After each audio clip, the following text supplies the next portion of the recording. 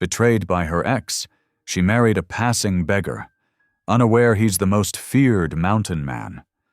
She thought she was offering shelter to a stranger, a quiet act of kindness, but he is not who he appears to be. Hidden beneath tattered clothes and gentle eyes is a man of legendary strength, feared by a whole village and shrouded in mystery.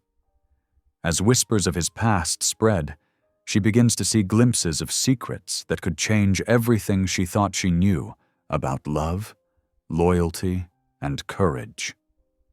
When her past comes crashing back, can she trust the man she married? Or has her heartbreak led her straight into danger? What happens when the beggar she married holds the power to save or destroy the life she's just begun to rebuild? Clara's hands trembled as she folded the last wedding invitation, its gold-embossed letters now seeming to mock her. The cream-colored paper crinkled under her tight grip before she dropped it into the cardboard box labeled Thomas. Sunlight streamed through her apartment windows, catching the diamond ring she'd already slipped off her finger. It sat cold and lifeless on the coffee table. 12 years, she whispered, her voice breaking. 12 years together, and he throws it away in a text message. She glanced at her phone again, rereading Thomas's message for the 100th time. I'm sorry, Clara. Ashley and I never meant for this to happen. You deserve to know the truth before the wedding. Ashley, his 28-year-old assistant, the same woman who had helped Clara pick out wedding flowers just last month. Tears burned behind Clara's eyes as she grabbed another handful of photos from the shelf. There they were, smiling on vacation in Hawaii, celebrating birthdays, hosting dinner parties, a whole life captured in frozen moments that now felt like lies. Each picture joined the growing pile in the box. Her chest felt tight, like someone had wrapped steel bands around her ribs. She needed air, needed to breathe, needed to be anywhere but here, surrounded by the remnants of her shattered future. That's when she remembered the cabin. Her grandmother's old place in the mountains, the one she'd inherited 5 years ago but rarely visited. It was quiet up there, peaceful. No cell service most of the time, which right now seemed like a blessing. Clara wiped her eyes with the back of her hand and stood up straight. She could feel the familiar weight of grief pressing down, but beneath it stirred something else. Determination. Without overthinking it, she walked to her bedroom and pulled out a suitcase. She packed quickly, throwing in comfortable clothes, her laptop, and some books. In the kitchen, she grabbed some basic supplies: coffee, bread, peanut butter. Enough to get by for a few days. Her movements were mechanical, purposeful, helping her stay focused instead of dissolving into tears again. As she loaded everything into her car, Mrs. Peterson from next door called out, "Going somewhere, dear?" Clara managed a weak smile. "Just need some time away." "Is everything all right? You look upset." "I'll be fine," Clara said, the words tasting bitter. "Just wedding plans fell through." Mrs. Peterson's face softened with understanding. "Oh, honey." She started to step forward, probably to offer a hug, but Clara quickly got into her car. She couldn't handle sympathy right now. It would break what little composure she had left. The 3-hour drive into the mountains felt both endless and too short. As the city fell away behind her, replaced by towering pines and winding roads, Clara's grip on the steering wheel gradually loosened. Up here, the air seemed cleaner, sharper. Each curve in the road took her further from the life she'd thought she would have. The sun was setting by the time she turned onto the gravel road leading to her grandmother's cabin. Golden light filtered through the trees, casting long shadows across the path. The cabin appeared exactly as she remembered it, a solid log structure with a wide front porch and green shutters that needed touching up. Clara parked and sat there for a moment, letting the engine tick as it cooled. The mountain silence wrapped around her like a blanket. No traffic noise, no city hum, just the whisper of wind through pine needles and the occasional bird call. When she finally stepped out, the evening air was cool against her tear-stained cheeks. The cabin's key was right where it always had been, tucked behind a loose brick near the door. Inside, everything was draped in dust covers, waiting patiently as it had been since her last visit. She moved through the rooms, pulling off covers and opening windows to let in the fresh mountain air. Each familiar object brought memories of childhood summers spent here with her grandmother, learning to bake cookies in the kitchen, reading books by the stone fireplace, listening to stories on the porch swing. In the main bedroom, Clara sat heavily on the edge of the bed. The old quilt beneath her hands was one her grandmother had made, its pattern still bright despite the years. Finally, in this quiet space that held so many happy memories, she let herself break down completely. Her sobs echoed in the empty cabin as the last rays of sunlight painted the walls in gold and shadow. She cried for the future she'd lost, for the trust that had been betrayed, for the fool she'd been not to see it coming. She cried until her throat was raw and her eyes were swollen, until there seemed to be no tears left. As darkness settled outside, Clara wiped her face and took a shaky breath. The mountain air flowing through the window carried the scent of pine and earth, grounding her in the present moment. Here, surrounded by her grandmother's things, she felt both completely alone and somehow held. Maybe that was exactly what she needed right now, space to feel this pain fully, without having to explain or apologize for it. She unpacked a few essentials and made up the bed with fresh sheets she'd brought. The familiar routine helped steady her hands, gave her something concrete to focus on. When she finally lay down, exhaustion pulled at her bones, but her mind wouldn't quiet. Through the bedroom window, she could see stars appearing in the darkening sky, so many more visible here than in the city. Her grandmother used to say that looking at the stars helped put things in perspective. "Whatever's troubling you," she would say, "those stars have seen worse and kept on shining." Clara watched them now, trying to find comfort in their steady light.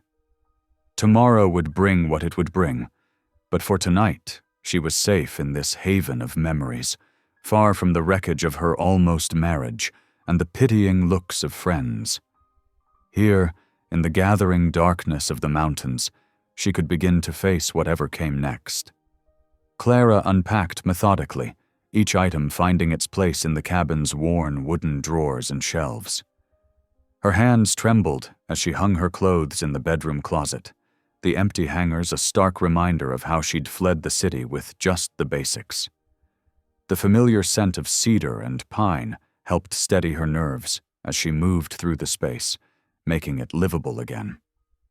In the kitchen, she wiped down counters and arranged the few groceries she'd picked up on her way. The old coffee maker sputtered to life, filling the quiet cabin with its comforting gurgle.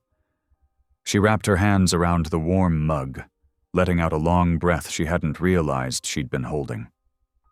By mid-morning, restlessness drove her outside.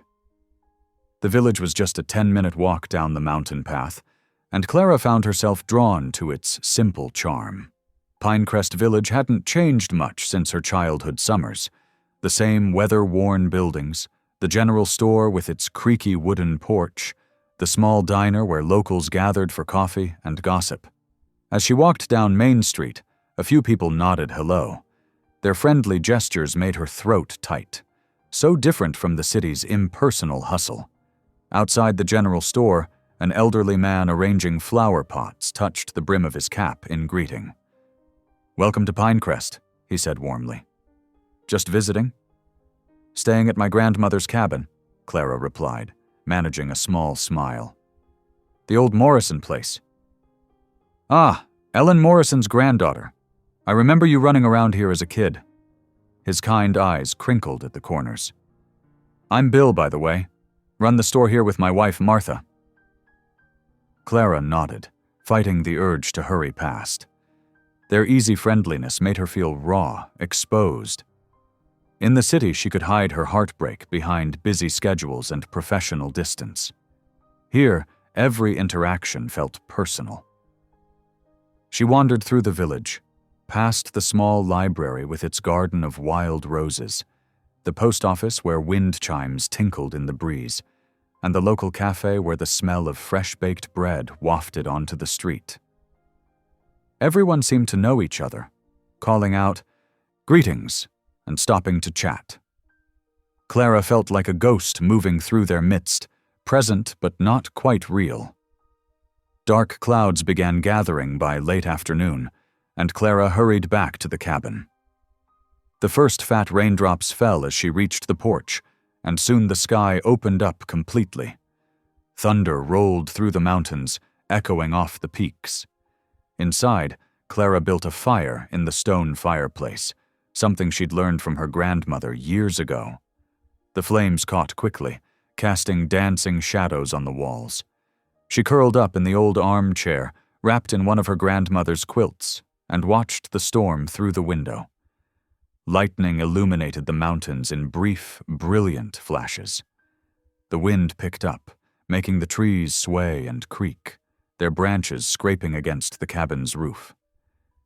The sound reminded her of nights spent here during summer storms, when her grandmother would tell stories to distract her from the thunder. Tears slid down her cheeks as memories surfaced, not of her grandmother this time, but of Thomas. Rainy evenings spent planning their future, his promises now revealed as lies. The engagement ring she'd left on his desk felt like a phantom weight on her finger. The storm outside matched her inner turmoil, but something else stirred beneath the pain, a quiet voice that whispered of possibility. She'd always defined herself in relation to others. Someone's granddaughter, someone's fiancé. Maybe it was time to discover who she was on her own. Clara got up and found her grandmother's old journal in the bookshelf, its pages filled with observations about mountain life and pressed wildflowers. She'd started reading it after the funeral, but had never finished. Now she opened it randomly, finding comfort in the familiar handwriting. "The mountains teach us patience," her grandmother had written. "They remind us that all seasons pass, that after every storm comes clarity." The wind howled louder, rattling the windows in their frames. Clara added another log to the fire and settled deeper into the chair. Tomorrow she would need to figure out what came next. But for now, she let herself be present in this moment, alone but not lonely, hurt but not broken, surrounded by the strength of the mountains and the wisdom of her grandmother's words. The storm intensified as night fell fully, transforming the familiar shapes outside into mysterious shadows. Tree branches whipped in the wind, and rain drummed steadily on the roof. Clara pulled the quilt tighter around her shoulders, watching the firelight dance across the cabin's wooden walls, feeling both vulnerable and protected in this cocoon of solitude. A sharp knock cut through the howling wind, making Clara jump in her chair. She stared at the door, her heart pounding. The knock came again, more insistent this time. Who could be out in weather like this? The nearest neighbor was miles away. Clara stood, clutching her grandmother's quilt around her shoulders like armor. "Hello?" she called out, her voice shaking slightly. "Who's there?" "Sorry to disturb you," a deep voice answered, barely audible over the storm. "I'm a traveler caught in this weather. Could I trouble you for shelter until it passes?" Clara hesitated, her city instincts screaming caution. But something in the man's voice, tired, honest, and touched with embarrassment, made her step closer to the door. "I'm Eli," the voice continued. "I promise I mean no harm. Just looking to get out of this rain." Clara took a deep breath and opened the door a crack, chain still latched. In the porch light stood a tall man, completely drenched. His dark hair was plastered to his forehead, and his clothes were soaked through. Despite his bedraggled appearance, his eyes were kind and carried an unexpected warmth. "Where were you headed?" Clara asked, still cautious. "North, through the pass," he replied, water dripping from his jacket. "But the storm caught me off guard. I saw your lights from the road." He offered a small, self-deprecating smile. "I know this is awkward, asking a stranger for help." Another crack of thunder made them both jump. Clara studied him for a moment longer, then made her decision. She closed the door, unlatched the chain, and opened it wide. "Come in," she said. "You'll catch your death out there." "Thank you," Eli said quietly, stepping inside. He remained by the door, careful not to drip on the wooden floors. "I appreciate this more than you know." Clara retrieved some towels from the bathroom and handed them to him. "There's a bathroom down the hall where you can dry off. I think I have some of my dad's old clothes in a trunk somewhere. They might fit you." "That's very kind," Eli said, accepting the towels gratefully. His hands were calloused but gentle, and Clara noticed he kept a respectful distance between them. While Eli changed, Clara busied herself in the kitchen, warming up some soup she'd made earlier and brewing fresh coffee. Her hands trembled slightly as she worked. What was she thinking? Letting a stranger into her home? But something about Eli's presence felt safe, solid. He emerged from the bathroom looking more composed, dressed in her father's old flannel shirt and jeans. They were slightly short on his tall frame, but dry. His dark hair curled slightly as it dried, giving him a boyish look that softened his strong features. "The soup smells wonderful," he said, remaining in the doorway until Clara gestured him to sit at the small kitchen table. "It's just canned soup with some added vegetables," she replied, placing a steaming bowl in front of him. "But it's hot." They sat in comfortable silence for a few minutes, the storm raging outside while Eli ate, and Clara sipped her coffee. She studied him discreetly. Despite his rough appearance, there was an air of quiet intelligence about him, something in the way he held himself and chose his words carefully. "So what brings you to these mountains?" he asked, finally, his voice gentle and unhurried. Clara considered deflecting but found herself answering honestly. "Escape, I suppose. From the city, from—" She paused. "Complications." Eli nodded, not pressing for details. "The mountains are good for that. They have a way of putting things in perspective." "You sound like you know them well."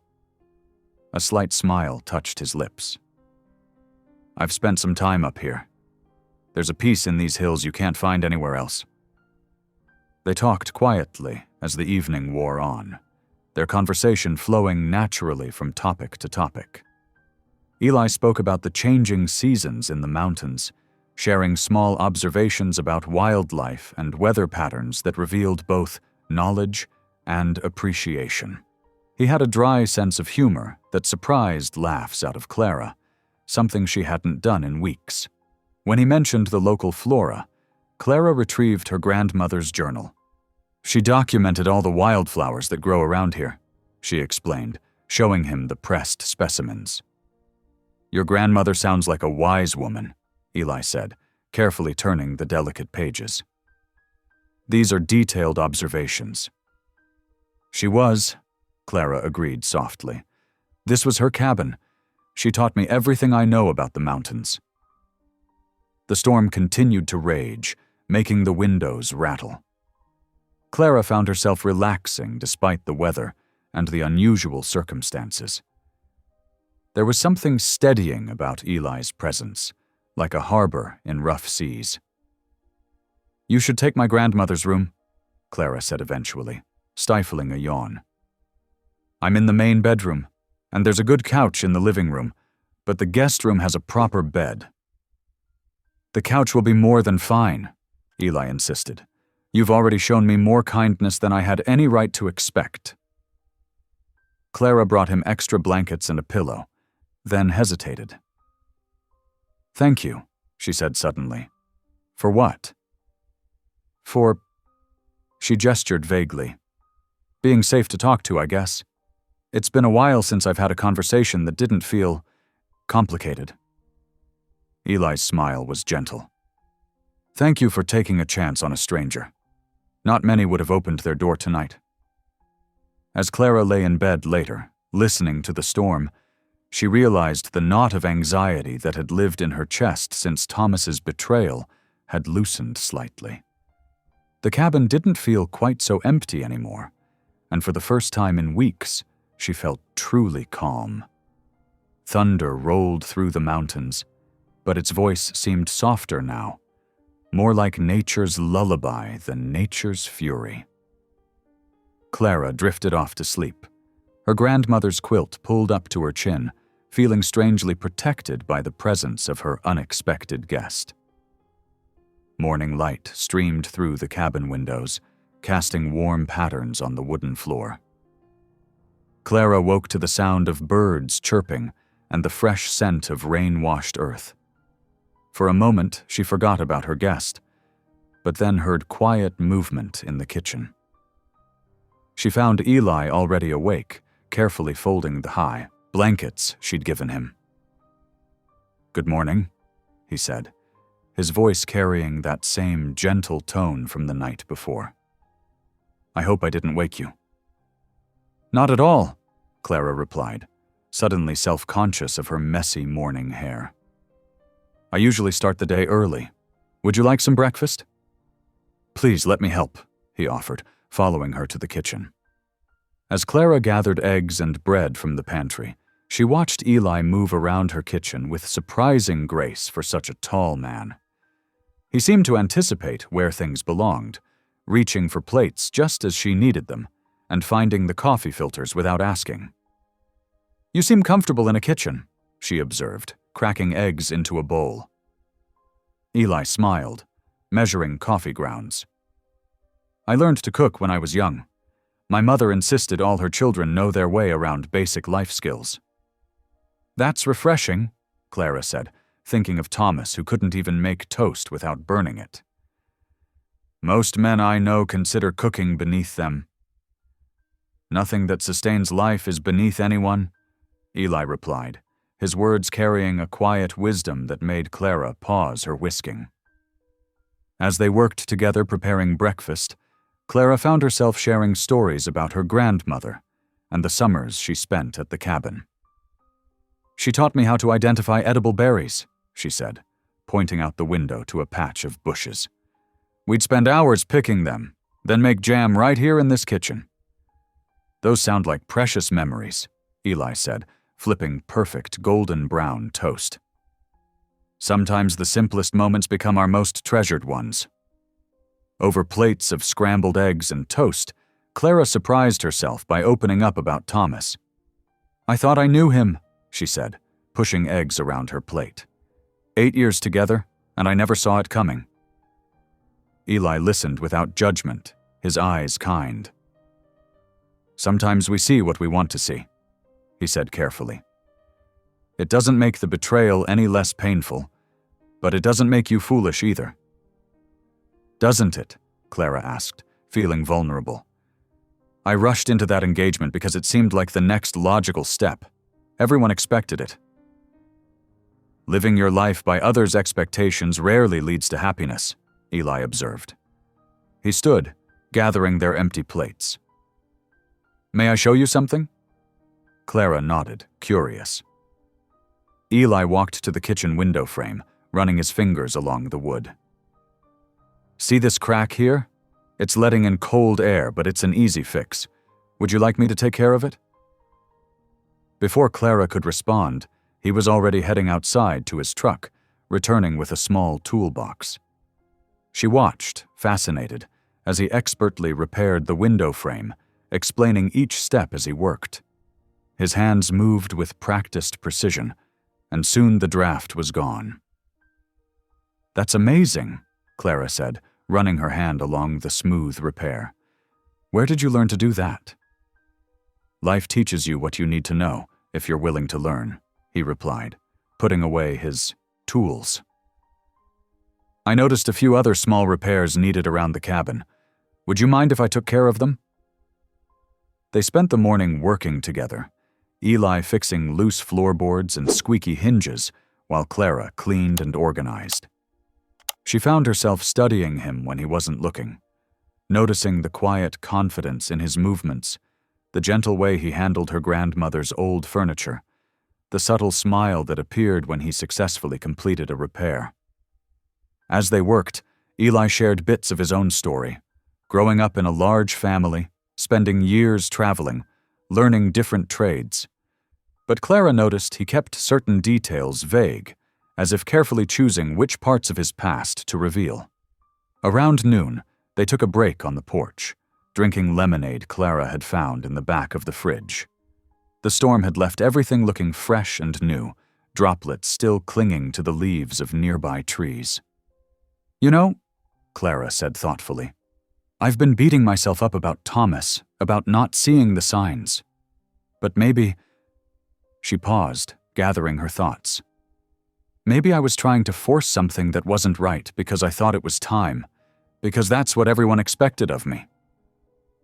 Eli nodded, his expression understanding. "Sometimes what looks like a mistake is actually a course correction."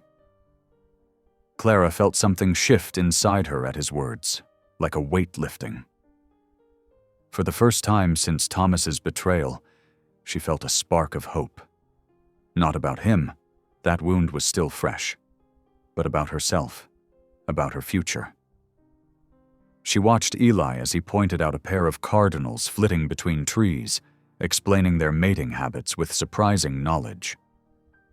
There was something charming about his understated manner, the way he seemed completely comfortable in his own skin. He didn't try to impress or overwhelm, he simply was. The morning's work had left the cabin feeling more like home than it had in years. As they sat there, sharing comfortable silence and watching the birds, Clara realized she felt more at peace than she had in weeks. Maybe, she thought, sometimes life's biggest disruptions could lead to unexpected blessings. The morning after their shared breakfast turned into days, each one falling into an easy rhythm. Clara found herself looking forward to the early hours when Eli would appear at her door, thermos in hand, ready for their morning walk through the woods. "The deer usually come through here around sunrise," Eli explained on their third morning, pointing to worn paths between the trees. His footsteps were nearly silent on the damp ground, while Clara's crunched through fallen leaves. "See those marks on the bark? That's where they've been feeding." Clara marveled at how he noticed these small details. "You know so much about nature," she said, watching him kneel to examine a cluster of mushrooms. "I've spent summers here my whole life, but I never saw half of what you show me."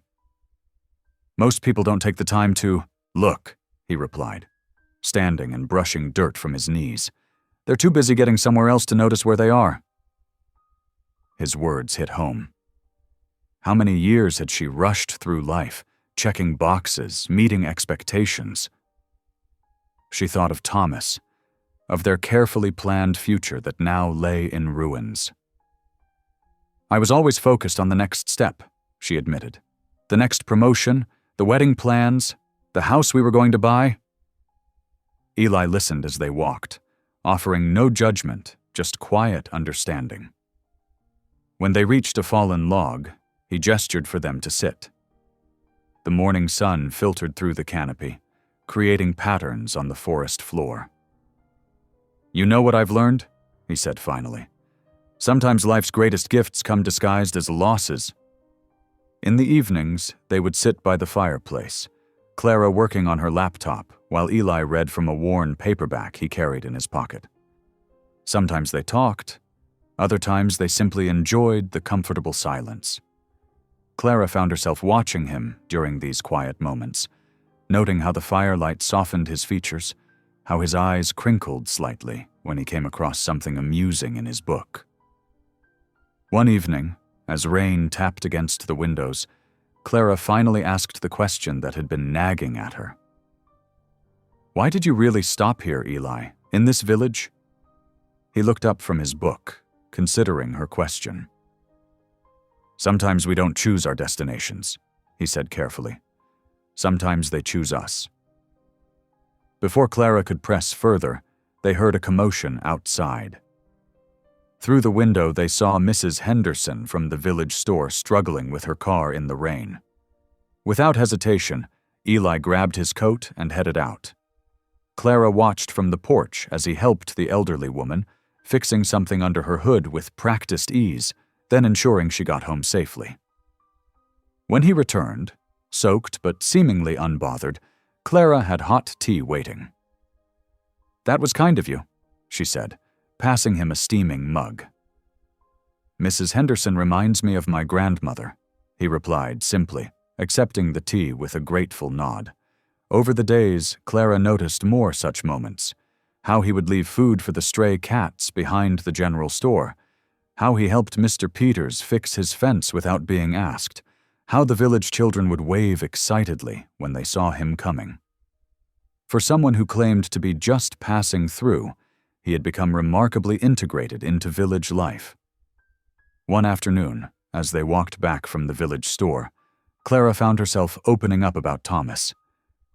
"The worst part wasn't even the betrayal," she said, surprising herself with her honesty.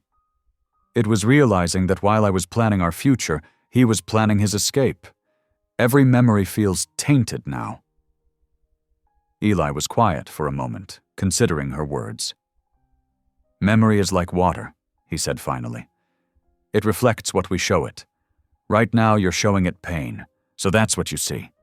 But one day you'll look back and see growth instead." "You sound like you're speaking from experience," Clara ventured, but Eli just smiled that gentle, enigmatic smile of his. That evening, as they sat in their usual spots by the fire, Clara realized something had shifted. The cabin no longer felt like an escape. It felt like exactly where she was meant to be. She watched Eli tend to the fire, his movements careful and practiced, and felt a warmth that had nothing to do with the flames. He caught her looking and raised an eyebrow questioningly. "Just thinking," she said, feeling a blush creep into her cheeks, "about how different everything feels from when I first arrived." "Different how?" he asked, settling back into his chair. Clara considered her answer carefully. "When I came here, I felt broken, like I'd lost my way completely, but now—" She paused, searching for the right words. "Now I feel like maybe losing my way was necessary to find a better path." Eli's smile was warm, understanding. The best journeys rarely follow the expected route. As Clara got ready for bed that night, she found herself thinking about Eli's mysterious past. Despite their daily conversations, she realized how little she actually knew about him. Yet somehow, that didn't diminish the growing trust she felt in his presence, or the way her heart lifted when she heard his knock each morning. There was something both comforting and exciting about this attraction she felt building, so different from the practical, planned connection she'd had with Thomas. This was organic, unexpected, growing naturally like the wildflowers that dotted the mountain paths they walked together. But with that attraction came questions. Who was this man who spoke with such wisdom, who could fix engines and quote poetry with equal ease? Why had he really stopped in their small mountain village? And why did she feel, deep in her heart, that his presence in her life was no accident? Clara sat at her grandmother's old vanity, brushing her hair before bed, when the realization hit her like a gentle wave. She had fallen in love with Eli. The thought should have scared her, coming so soon after Thomas's betrayal, but instead it filled her with a peaceful certainty. She found him on the porch, watching the stars. The mountain air was crisp, carrying the scent of pine and wood smoke. Clara wrapped her sweater tighter and settled into the chair beside him. "Beautiful night," she said softly. Eli nodded, his eyes reflecting the starlight. "Reminds me of nights when I was younger. Used to spend hours just looking up, trying to count them all." "Sounds lonely," Clara observed, watching his profile. "It was," he admitted, surprising her with his candor. "Been lonely for a long time, actually. Thought that's what I wanted, to be away from everything, everyone." He turned to look at her, his expression open and vulnerable. "Didn't realize how empty it was until... Until you opened your door that stormy night." Clara's heart swelled with emotion. Here was a man who had shown her nothing but kindness and understanding, who had helped her heal without asking for anything in return. A man who carried his own loneliness with quiet dignity. Without planning it, the words tumbled out. "Marry me." Eli's eyes widened in surprise. "Clara, I mean it," she said, surprising herself with how much she did.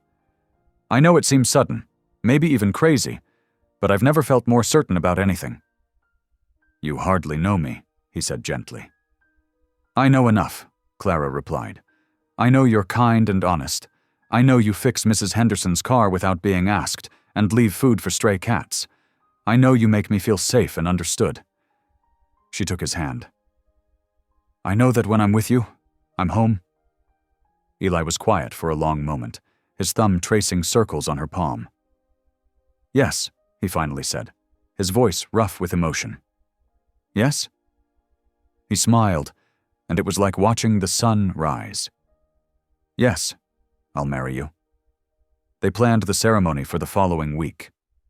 Clara called her sister, who arrived with a simple white dress and tears of joy mixed with concern. The cabin was transformed with wildflowers and candles, and Mr. Peters, who was also the town's justice of the peace, agreed to perform the ceremony.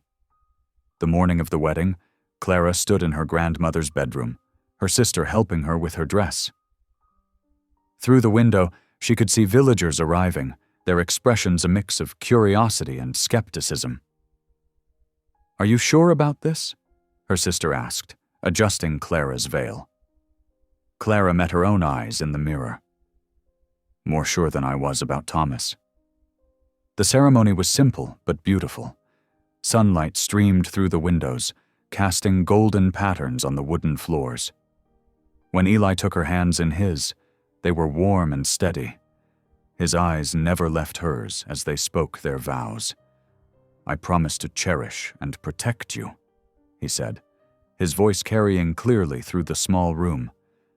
"To be your shelter and your companion, your friend and your partner." Clara's voice shook slightly as she repeated her own vows, but her heart was full and certain. As Mr. Peters pronounced them husband and wife, Clara heard whispers from some of the villagers. "Such a strange match," someone murmured. "Don't know anything about him," said another. But when Eli kissed her, gentle and reverent, the whispers faded away. They turned to face their small gathering of guests, and Clara saw Mrs. Henderson dabbing at her eyes with a handkerchief. The celebration afterward was modest, cake and punch on the porch, with the mountains as their witness. Clara watched as Eli talked with the villagers, his quiet charm evident in the way they gradually warmed to him. Even her skeptical sister was won over when he quoted her favorite poem during a conversation about literature. As the sun began to set, casting long shadows across the yard, the guests started to leave. Clara's sister hugged her tightly before departing. "Be happy," she whispered.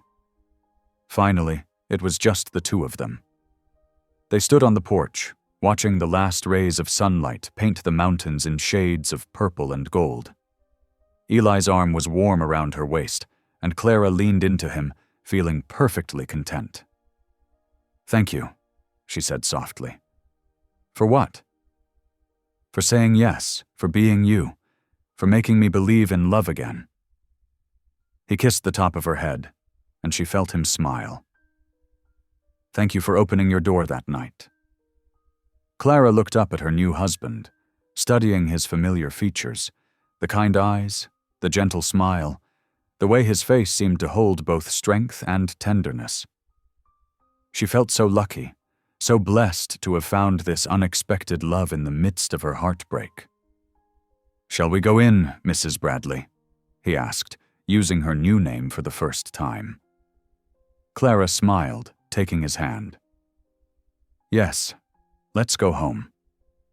The last of the sunset gilded their small cabin in golden light as they stepped inside together, beginning their new life as husband and wife.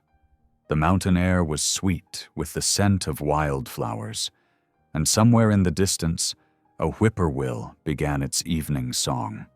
The morning sun filtered through the cabin's windows as Clara prepared coffee, humming softly to herself. Her wedding ring caught the light, making her smile.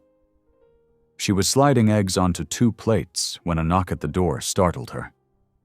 Mrs. Henderson stood on the porch, wringing her hands. "Good morning, dear. I brought you some fresh bread." Her eyes darted around the cabin's interior, clearly hoping to catch a glimpse of Eli. "That's so kind of you," Clara said, accepting the warm loaf. "Would you like to come in for coffee?"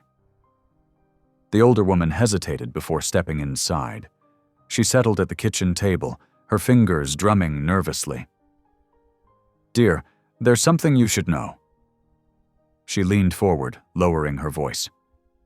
"People are talking. About Eli." Clara's hands stilled as she poured the coffee. "What about him?" "They're saying he's the mountain phantom." Mrs. Henderson's voice dropped to a whisper. "The hermit who's lived in these mountains for years. Some say he's saved lost hikers in impossible situations. Others claim he's scared off dangerous animals from the village. No one's ever seen his face clearly, but..." She glanced towards the bedroom where Eli was still sleeping. "The timing of his appearance, his knowledge of the mountains, the way he moves so quietly..." Clara set the coffee cups down with a slight clatter. "That's just a local legend, isn't it?" "Oh no, dear. The mountain phantom is very real. Ask anyone who's lived here more than a few years. Like the time Jenny Miller's boy got lost in a blizzard.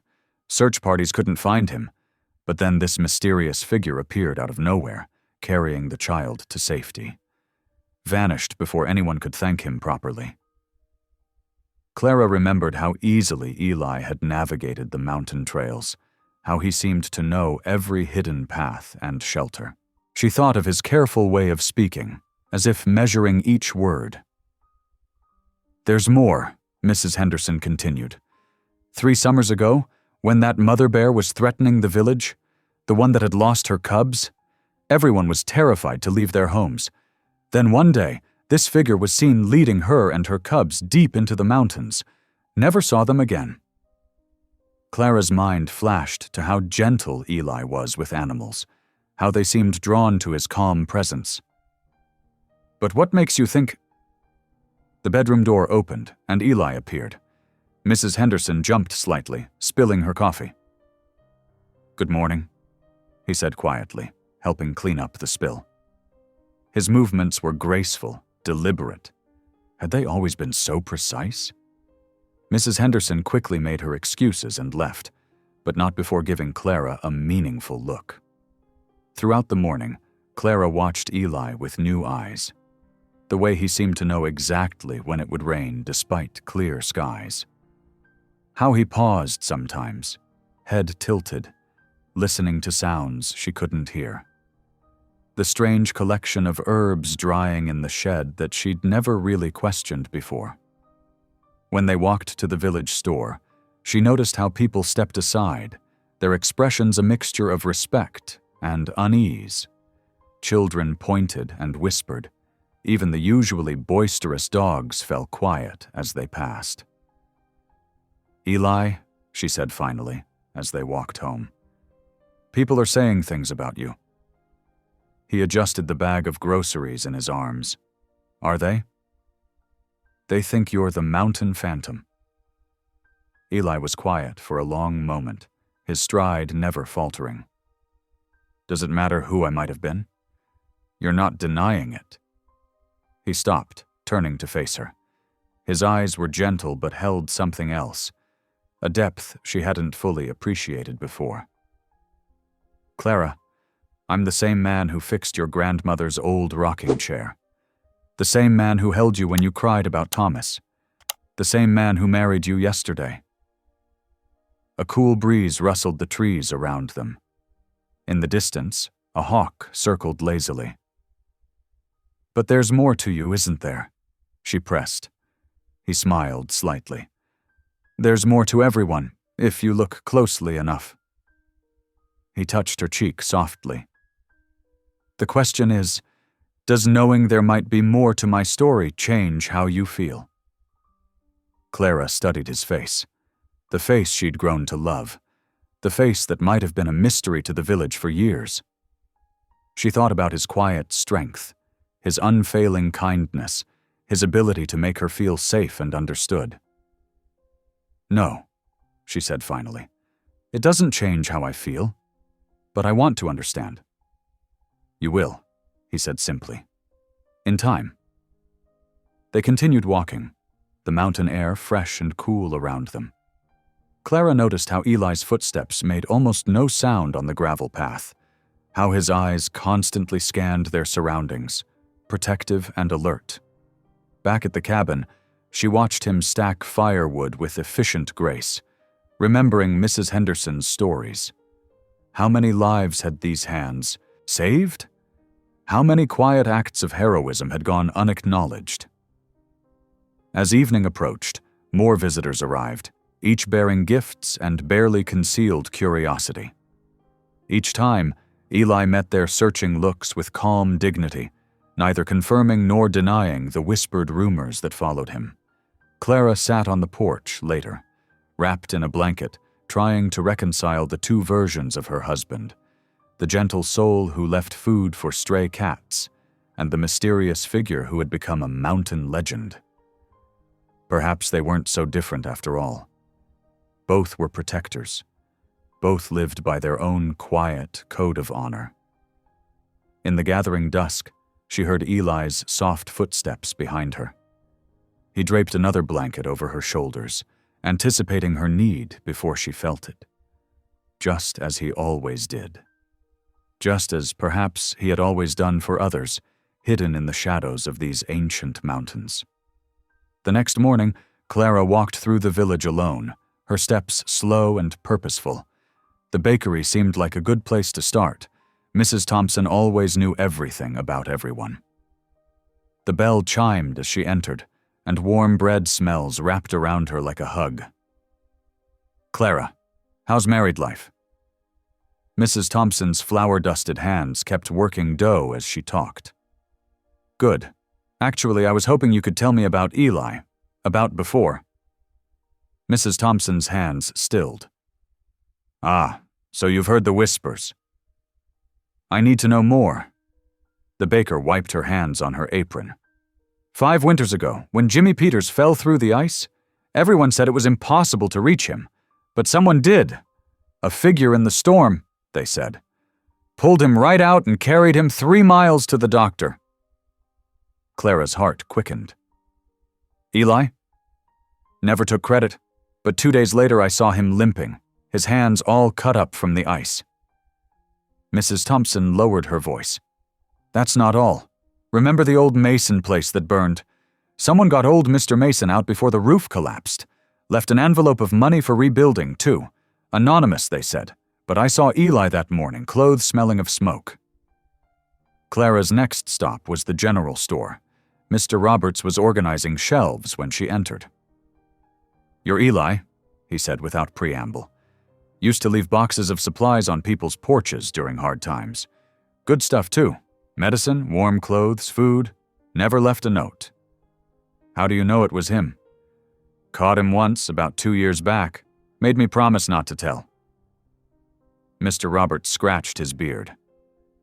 said he had more than he needed in life, wanted to share it right. Each story added another layer to the man she'd married. At the post office, she learned how Eli had quietly paid for Sarah Miller's daughter's surgery.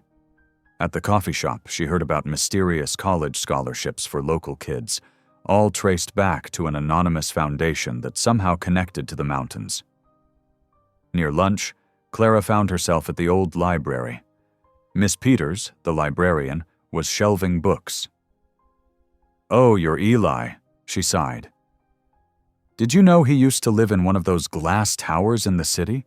Banking, I think. Or investments. Something with lots of zeros." She leaned close. "I looked him up once. Curiosity got the better of me.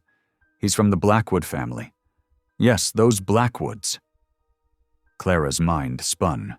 The Blackwoods were old money, serious money.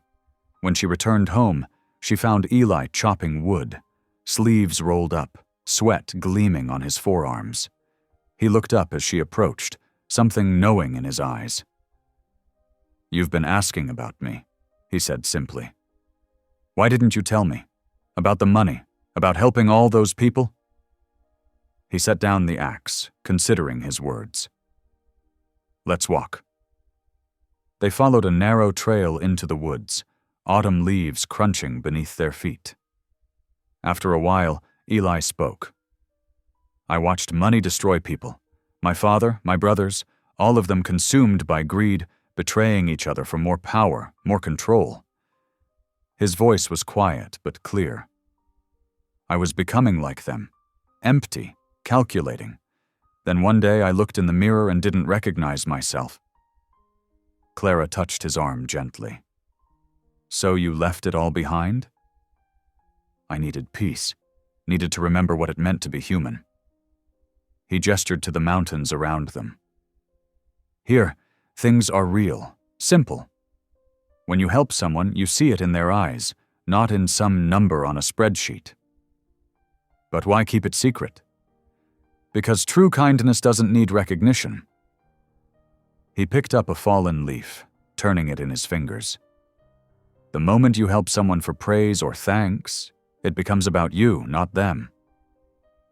Clara thought about all the stories she'd heard, the quiet rescues, the anonymous gifts, the lives changed without fanfare. She thought about this man who could have had everything but chose to have only what mattered. "I understand now," she said softly. "Why they call you the Mountain Phantom. You're their guardian angel." Eli shook his head, smiling slightly. "I'm just a man who found his peace in these mountains, who found love when he wasn't looking for it." Clara stepped closer, resting her head against his chest. She felt his arms wrap around her, strong and sure. In that moment, she knew with absolute certainty that she'd married not just a good man, but a great one. A man whose wealth lay not in his abandoned fortune, but in the depth of his character and the quiet integrity of his heart. The mountain air swirled around them, carrying the scent of pine and distant snow. Clara closed her eyes, feeling proud to stand beside this man who had chosen to live so simply, yet touched so many lives. Who had chosen her, just as she had chosen him. In his embrace, she felt the strength of his convictions, the peace he'd found in this simpler life. And she knew that her heart had led her true. This was what real love looked like. Not showy declarations or grand gestures, but quiet dedication and unwavering integrity.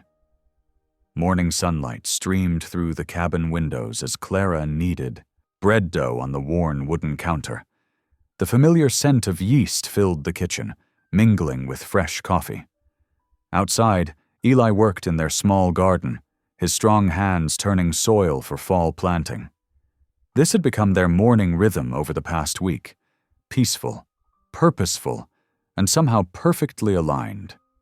Clara smiled, remembering how naturally they'd fallen into these shared routines. "The tomatoes are coming along nicely," Eli said, stepping inside and washing his hands at the sink. His voice carried that quiet contentment she'd come to cherish. "Mrs. Henderson will be pleased," Clara replied, shaping the dough into a loaf. "She's been asking about them for her canning project." They'd started sharing their garden's bounty with neighbors, beginning with elderly Mrs. Henderson next door. What started as simple vegetable deliveries had blossomed into afternoon teas and shared recipes. Later that morning, they walked to the village market together. Clara noticed the shift in how people greeted them. Gone were the wary glances and whispered conversations. Instead, genuine smiles and warm hellos followed their path. At the baker's, Mr. Collins waved them over. "Eli, just the man I needed. That delivery truck's acting up again. Would you mind taking a look?" Clara watched as Eli rolled up his sleeves and bent over the truck's engine. His gentle manner with Mr. Collins, explaining each step as he worked, drew a small crowd of curious onlookers. "Your husband's got magic hands," Mrs. Collins said, offering Clara a fresh cookie. "Fixed our grandson's bicycle last week, too. Wouldn't take a penny for it." "That's just his way," Clara replied, feeling a surge of pride. They established afternoon routines, too. While Eli chopped firewood or repaired things around the cabin, Clara would often sit on the porch, working on her laptop or reading. Sometimes they'd simply talk, sharing stories and dreams. One particularly warm afternoon, they decided to plant wildflowers along the cabin's path. As they worked side by side, Clara found herself opening up about Thomas. "You know, I used to think love had to be dramatic, full of grand gestures and intense emotions," she said, patting soil around a small plant. "Thomas was always planning elaborate dates or buying expensive gifts. I thought that meant he cared deeply." Eli listened quietly, his hands steady in the earth. "But now I understand that real love is in the small moments. It's in making coffee just the way someone likes it, or fixing their favorite chair without being asked." She looked at him softly. "It's in choosing to be kind when no one's watching." He reached over and squeezed her hand, soil-covered fingers intertwining with hers. The simple gesture said more than words could. Their evenings often found them helping in the community. They joined the local food bank, sorting donations and delivering meals to homebound residents. Clara noticed how Eli remembered every person's name, their stories, their specific needs. Old Mr. Peterson, who lived alone at the edge of town, became a regular stop. He'd light up at their visits, especially when Eli would stay to fix whatever needed attention around his house.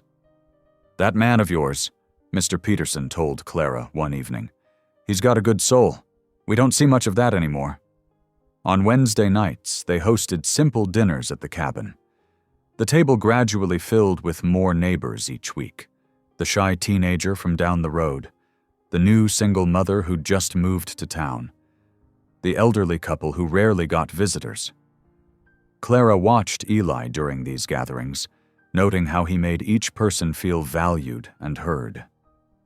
He'd draw out the quietest guests with gentle questions, share his homemade bread with everyone, and often send people home with small repairs done or promises to help with bigger projects. One evening, as they washed dishes together after their guests had left, Clara felt overwhelmed by the rightness of it all. "I never expected this," she said, handing him a plate to dry. "The dishes?" Eli teased, his eyes crinkling at the corners. "This happiness," she clarified, nudging him playfully. "When Thomas left, I thought my heart was permanently broken, but now I realize it wasn't broken. It was just waiting to learn what real love feels like." Eli set down the dish towel and turned to face her. "And what does it feel like?" "Like peace," she said thoughtfully. "Like coming home to yourself while coming home to someone else. Like finding the missing piece you didn't even know was missing." The weekend brought a community picnic in the village square. Clara watched as children flocked to Eli, begging him to push the merry-go-round or help build their sandcastle. Parents who once kept their distance now called him over to join their conversations. As the sun began to set, casting long shadows across the grass, Clara sat on their picnic blanket, taking in the scene. Her heart felt full, whole in a way she'd never experienced before. This was what healing looked like. Not the absence of past hurts, but the presence of new joy, deeper understanding, and genuine connection. Eli joined her on the blanket, offering a plate of Mrs. Johnson's famous apple pie. Around them, the village buzzed with life and laughter. Children played tag between the trees, older couples swayed to music from someone's portable radio, and the evening air carried the scent of barbecue and late summer flowers. "Thank you," Clara said softly. "For the pie?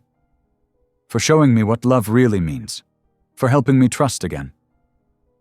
She leaned against his shoulder. "For being exactly who you are." His arm wrapped around her, steady and sure, as they watched the sun paint the sky in brilliant oranges and pinks. Clara felt the last pieces of her heart's walls dissolve, replaced by something stronger. Trust built on actions, not words. Love grown from understanding, not expectations. And happiness rooted in genuine connection, not superficial romance. The crisp mountain morning shattered with the sound of tires crunching on gravel. Clara looked up from her garden, soil still clinging to her hands. A sleek black car she knew all too well rolled to a stop in front of the cabin. Her stomach dropped. Thomas. He stepped out, looking exactly as she remembered. Perfectly pressed suit, carefully styled hair, and that confident smile that once made her heart flutter. Now it made her hands shake. "Clara, darling," he called out, spreading his arms wide as if expecting a warm welcome. "You're looking rustic." She stood frozen, aware of the dirt on her jeans and the old t-shirt she wore. Eli was inside, preparing lunch. The distance between the garden and the cabin felt enormous. "What are you doing here, Thomas?" Her voice came out steadier than she felt.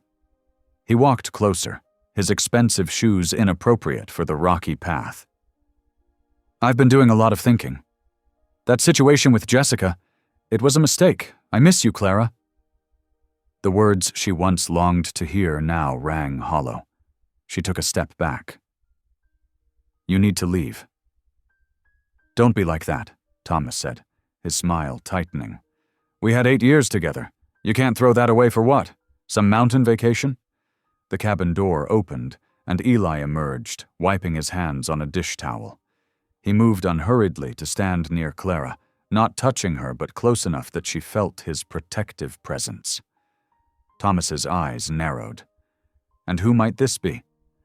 "My husband," Clara said firmly. "Eli." The word husband hit Thomas like a physical blow. His perfectly maintained facade cracked, showing a flash of anger before he smoothed it away with a practiced laugh. "Husband? Clara, you can't be serious." He looked Eli up and down, taking in his simple clothes and quiet demeanor. "How long have you known this gentleman?" "That's none of your business," Clara replied, feeling Eli's steadying presence beside her. Thomas took another step forward, his voice dropping to that persuasive tone she remembered from board meetings. "Clara, sweetheart, I know you're hurt, but making rash decisions out of spite isn't like you. Come back to the city. We can work this out." "She's made her choice," Eli said quietly, his first words since coming outside. Thomas's head snapped toward him. "I wasn't talking to you." He turned back to Clara, his charm becoming more forced. "Look at yourself, Clara. Living in this shabby cabin, playing farmer with some mountain stranger. This isn't you. You belong in the city, at gallery openings and charity galas." Clara felt anger rising in her chest. "You don't get to decide who I am anymore, Thomas. You lost that right when you chose Jessica. Jessica was a mistake. He ran a hand through his hair, frustration breaking through.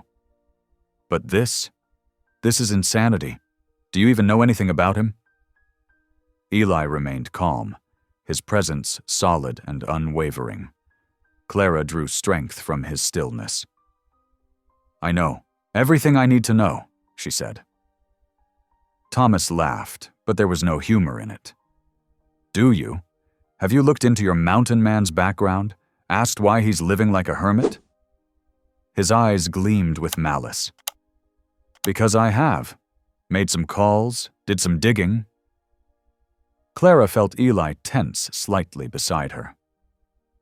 The famous mountain phantom, Thomas continued, his voice mocking. Quite a story there. Abandoned his family fortune, disappeared from society. Some say he's crazy, others say he's hiding from something. Is that the kind of man you want to tie yourself to? Stop it, Clara said firmly. But Thomas pressed on, his voice growing harder. You think this is real? This little fantasy you're living? Wait until everyone knows who he really is. Wait until... That's enough. Eli's voice was quiet, but carried such authority that Thomas actually stopped mid-sentence. Is it? Thomas's smile turned ugly. I've got friends at every major newspaper, Clara. One phone call, and your husband's peaceful mountain life becomes very public very quickly. Clara started forward, fury building, but Eli's gentle hand on her arm stopped her. Your threats don't change anything, Eli said calmly. Clara knows who I am. The village knows who I am. Whatever story you think you have, it won't affect us. Thomas's face reddened. We'll see about that. He straightened his jacket, trying to regain his composure. I'll give you time to think about this, Clara. About what you're throwing away. About what could happen if you don't come to your senses. He turned and walked back to his car, each step rigid with anger. The engine roared to life, and he reversed quickly, spraying gravel before speeding down the mountain road. Clara stood trembling, anger and fear warring inside her. Eli's arm slipped around her waist, steady and warm. Are you all right? He asked softly. She leaned into him, letting out a shaky breath. I don't know. His threats. Don't matter, Eli finished. Whatever he thinks he knows, whatever story he tries to tell, it can't hurt us unless we let it. But Clara heard the subtle tension in his voice, saw the way his eyes followed Thomas's departing car. She knew there were parts of Eli's past he'd chosen to leave behind, choices he'd made that the world wouldn't understand. Now those choices, that carefully maintained privacy, was being threatened. Because of her. Because Thomas couldn't accept losing her. The peaceful morning lay in shambles around them, and the shadow of Thomas's threats hung heavy in the mountain air. The morning sun cast long shadows across the cabin's porch as Clara waited, her hands clasped tightly together. Eli stood beside her, a quiet strength in his presence. They'd received word from one of the villagers that Thomas was headed up the mountain again, and this time, Clara was ready. Her heart thundered in her chest, but it wasn't fear she felt. It was determination. The wooden steps creaked beneath her feet as she paced, remembering all the times she'd let Thomas's smooth words and manipulative charm control her decisions. You don't have to do this, Eli said softly. Clara turned to him, seeing the concern in his eyes. Yes, I do. For both of us. The sound of tires on gravel announced Thomas's arrival. His sleek car looked out of place against the rugged mountain backdrop, just as he did in his expensive suit and polished shoes. Clara, he called out, striding toward them with practiced confidence. I hope you've had time to think about what we discussed. I have, Clara said, her voice steady. And I'm done letting you manipulate me, Thomas. He stopped, surprise flickering across his face before his familiar patronizing smile appeared. Manipulate? Clara, I'm trying to save you from... From what? Clara stepped forward, feeling Eli's supportive presence behind her. From happiness? From a life that's real and meaningful? From a man who actually loves me? Thomas's smile faltered. Love? He's using you for shelter, for a comfortable life. Once the novelty wears off. That's enough. Eli's voice cut through the morning air like steel wrapped in velvet. He moved forward, and something in his bearing made Thomas take an involuntary step back. You want to know who I am? Eli's quiet words carried across the space between them. You've been threatening to expose my identity? Then let me save you the trouble. Clara watched as Eli seemed to transform before her eyes.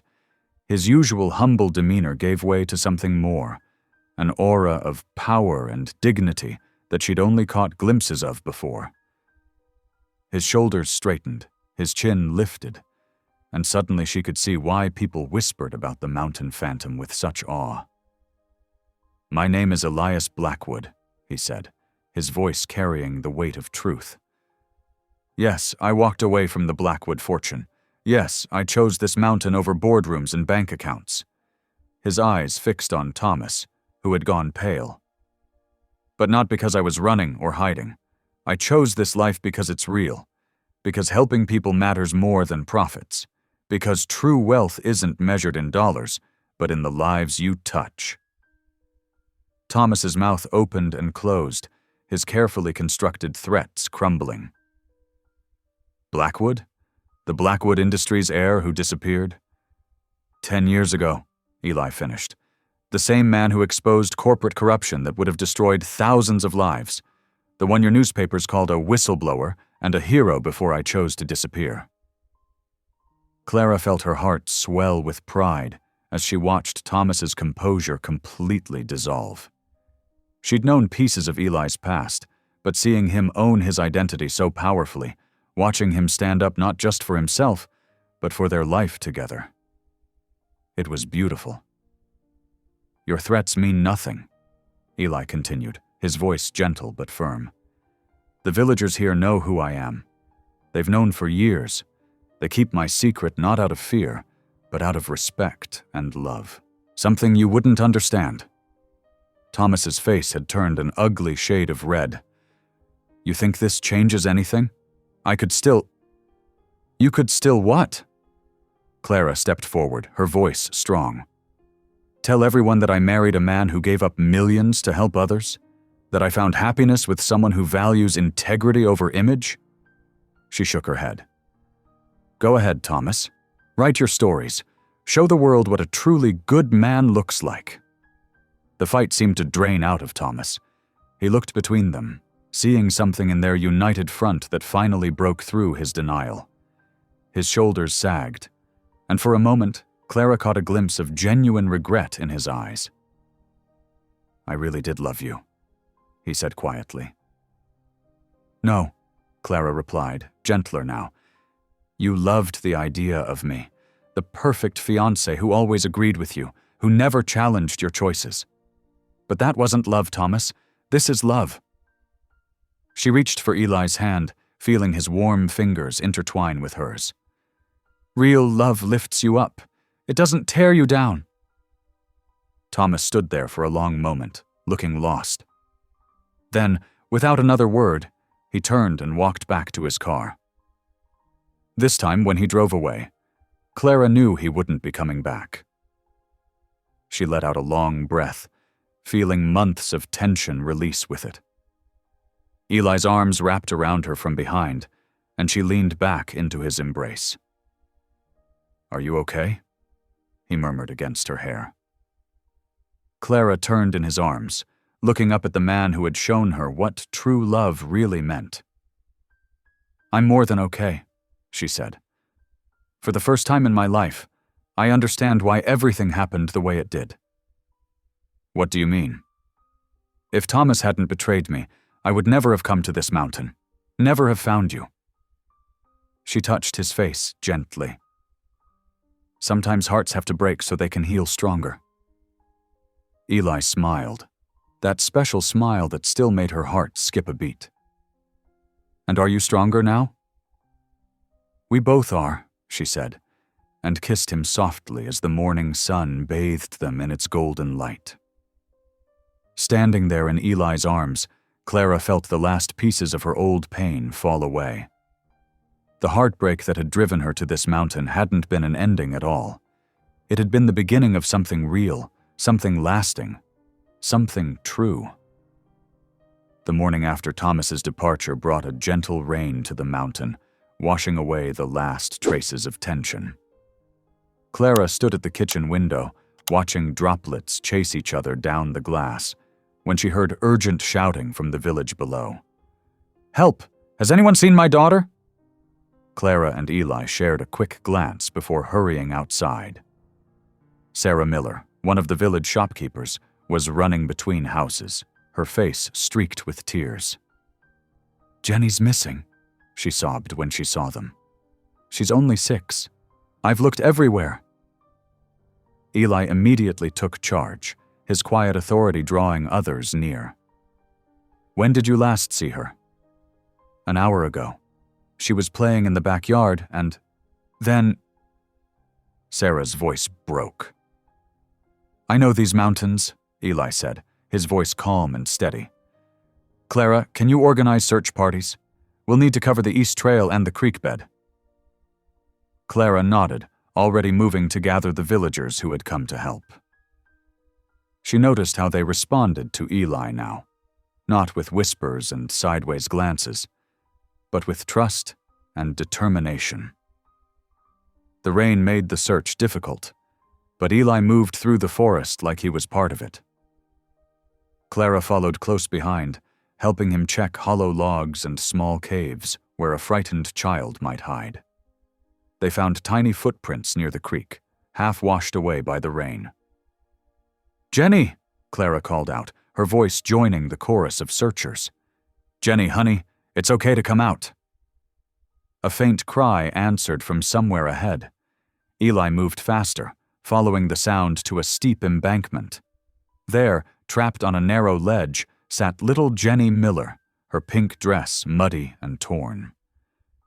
"I'm scared," she whimpered, pressing herself against the rock face. "It's all right," Eli said softly, already securing a rope around a sturdy tree. "I'm coming to get you." Clara watched as he rappelled down the slippery slope, moving with sure-footed grace. The gathered villagers held their breath as Eli reached Jenny, wrapped her securely in his jacket, and carefully brought her back up to safety. The moment they reached solid ground, Sarah rushed forward to embrace her daughter. "Thank you," she sobbed, looking at Eli with newfound appreciation. "Thank you so much." That rescue marked a turning point.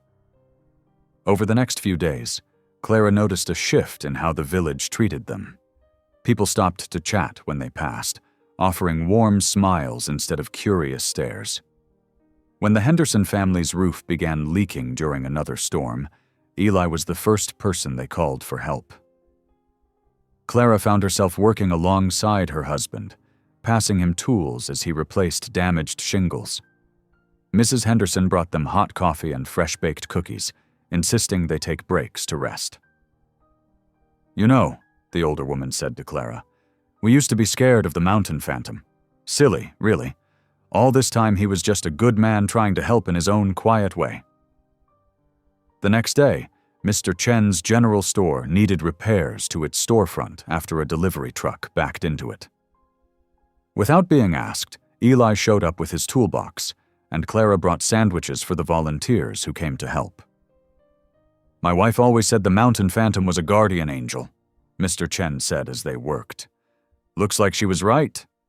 Clara felt a warmth that had nothing to do with the summer sun as she watched Eli teach some of the younger men proper building techniques. He was in his element here, sharing his knowledge without pride or condescension.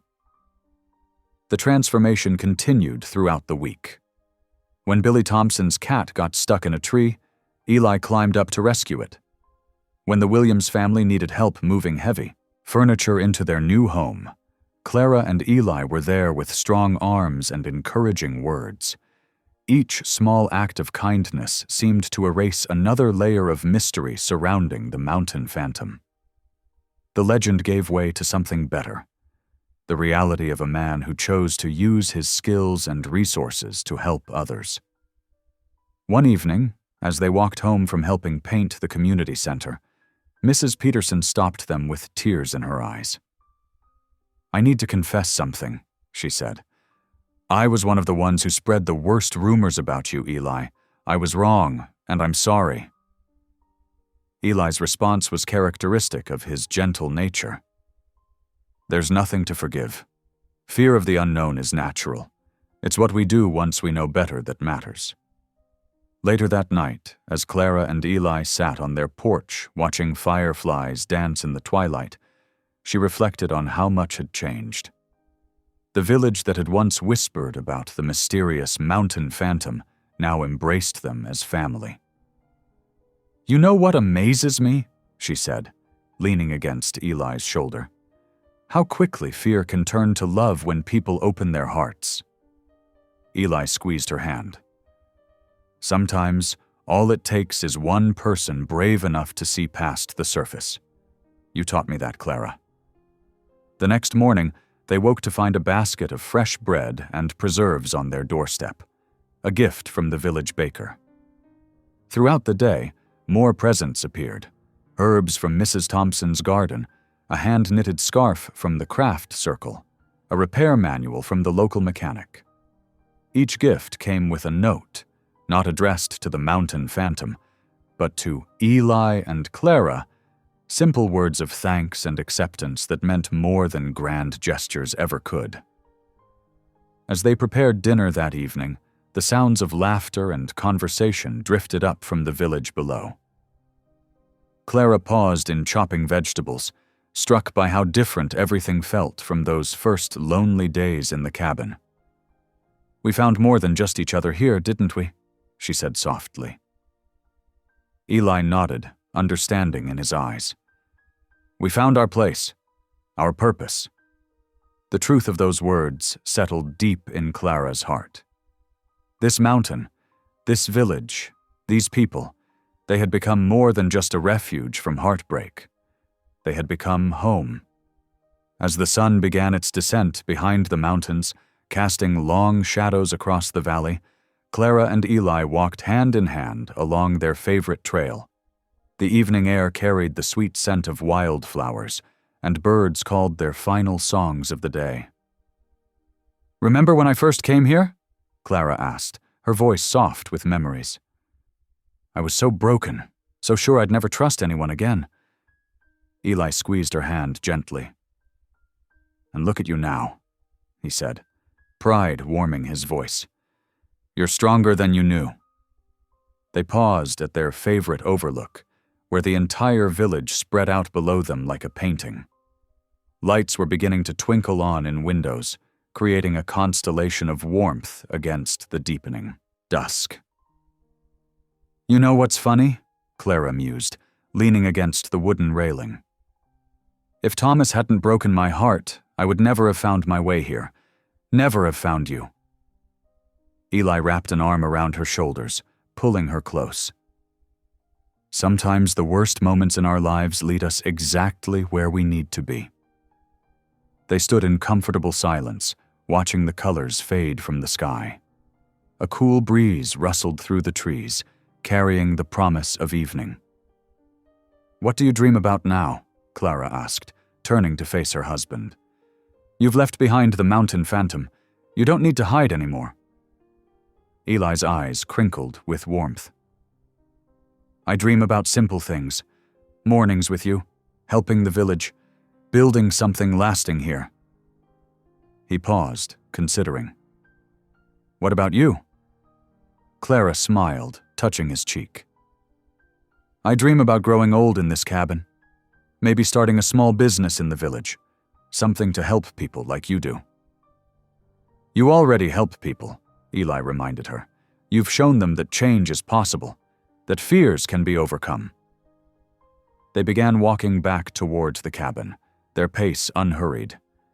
The path was familiar now, every root and stone known to their feet. You never gave up on me, Eli said suddenly, even when the rumors were at their worst, even when Thomas tried to destroy what we had. Clara stopped, turning to face him. Because I saw you, the real you. Not the legend or the mystery, but the man who fixes leaky roofs and rescues cats from trees. The man who makes me coffee every morning and listens to my dreams. In the gathering darkness, his eyes shone with emotion. You've given me more than acceptance, Clara. You've given me a home. Back at the cabin, they found several villagers waiting with covered dishes and warm smiles. Mrs. Henderson had brought her famous apple pie, while Mr. Chen contributed his specialty dumplings. The Williams family arrived with a casserole, and the Thompsons brought fresh bread. Clara and Eli welcomed them all inside, where the fireplace cast a cheerful glow across the room. Soon, the cabin was filled with the sounds of laughter and conversation, the aroma of good food, and the warmth of friendship. To Eli and Clara, Mr. Chen proposed a toast, raising his glass. Who taught us that the best stories aren't about phantoms or legends, but about real people with real hearts? And to second chances, Mrs. Henderson added, her eyes twinkling, both for them and for us. As they shared the meal together, stories flowed as freely as the wine. Tales of village life, memories of first impressions, and hopes for the future wove together into a tapestry of community. Clara watched Eli across the table, saw how naturally he fit into this gathering. His quiet strength and gentle humor drew people to him, made them feel safe and valued. He caught her eye and smiled, a private moment in the midst of celebration. Later, as the evening wound down and their guests prepared to leave, Mr. Thompson hugged Clara tightly. "You two have brought something special to this village," she whispered. "Something we didn't even know we were missing." The cabin gradually emptied, though the warmth of the gathering lingered.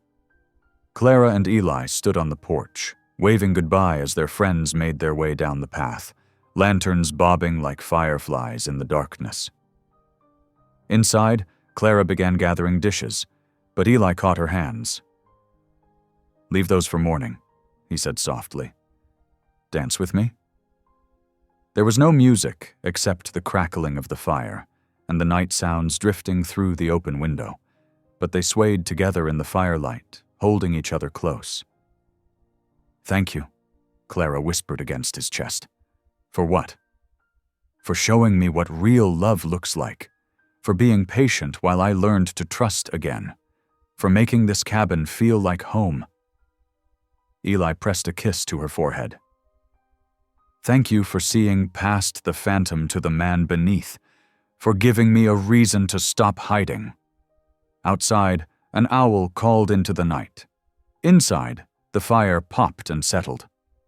And in that moment, Clara felt the full circle of her journey, from heartbreak to healing, from loneliness to love, from fear to faith. The cabin that had once been her refuge had become the center of a life richer than she'd ever imagined. Weeks melted into the mountain rhythms as Clara and Eli settled deeper into their shared life. The village that had once whispered about the mysterious mountain phantom now welcomed them both as integral members of their close-knit community. One crisp morning, Clara stood at her kitchen window, watching Eli help Mr. Chen repair his fence. His movements were sure and steady, his patience evident as he showed Mr. Chen's teenage son how to properly align the posts. The sight warmed her heart. "He's a natural teacher," Mrs. Henderson said, joining Clara at the window. She had stopped by with fresh eggs, as she did every Wednesday. "Who would have thought the mountain phantom would end up being our village handyman?" Clara smiled, remembering how different things had been just months ago. "Life has a way of surprising us, doesn't it?" "That it does, dear." Mrs. Henderson patted Clara's hand. "And sometimes those surprises are exactly what we need." Throughout the day, Clara found herself busy with various community projects. She had started a small reading program at the village school, helping children discover the joy of stories. The same children who had once been afraid of Eli now ran to him whenever they saw him, begging for piggyback rides or asking him to show them how to build things. In the afternoon, Clara helped organize supplies for the village's food bank, which she and Eli had helped establish. As she sorted through donations, she remembered the night she had first met Eli, a stranger at her door during a storm. How far they had come from that uncertain beginning. "Sometimes I think about Thomas," Clara confided to Sarah, a young mother, helping with the sorting. "Not because I miss him, but because I'm grateful." Sarah looked surprised. "Grateful after what he did?" Clara nodded, carefully stacking canned goods on a shelf. "If he hadn't broken my heart, I would never have come here, never have found Eli, never have discovered who I really am." "And who is that?" Sarah asked softly. "Someone stronger than I knew, someone capable of taking a chance on love again, someone who can help others find their way, just as I found mine." Later that afternoon, Eli and Clara worked together in their garden. They had expanded it significantly, growing enough vegetables to share with neighbors and the food bank. As they worked side by side, Clara noticed how their movements had become synchronized, each anticipating the other's needs without words. "Remember when you first showed me how to plant these?" Clara asked, gesturing to the thriving tomato plants. Eli's eyes crinkled with his smile. "You were so determined to do everything perfectly." "I was trying to impress you," Clara admitted, laughing. "You did." He reached over to brush soil from her cheek. "But not because of your gardening skills." As the sun began its descent, they made their way up to their favorite spot on the mountain ridge. The village spread out below them, smoke rising from chimneys, children's laughter carrying on the wind. The same view that had once represented Clara's escape now symbolized her home. "I used to watch the village from up here," Eli said, his voice quiet, wanting to help but afraid to get too close. Clara leaned against him, feeling the solid warmth of his presence. "And now? Now I understand that true peace isn't found in isolation. It's found in connection, in community, in love." The sunset painted the sky in brilliant oranges and pinks, the same colors that had welcomed Clara on her first evening here. But now, instead of feeling lost and broken, she felt whole. Complete. "When Thomas showed up here," Clara said, "I had a moment of panic. Not because I wanted him back, but because I was afraid he would somehow destroy what we had built." Eli squeezed her hand. "But he couldn't." "No," Clara agreed. "Because what we have isn't built on illusions or false promises. It's built on truth, on acceptance, on choosing each other every day." Below them, the village lights began to twinkle on, one by one, like earthbound stars. A cool breeze carried the scent of pine and wood smoke, mingled with the sweet fragrance of wildflowers. "I never expected any of this," Clara said, gesturing to encompass not just the view, but everything their life had become. "When I came here, I was running away from pain. But instead of finding escape, I found purpose. Instead of isolation, I found community. Instead of endings, I found beginnings." Eli turned to face her, his eyes reflecting the last rays of sunlight. "And I found the courage to stop being a phantom and start being a man."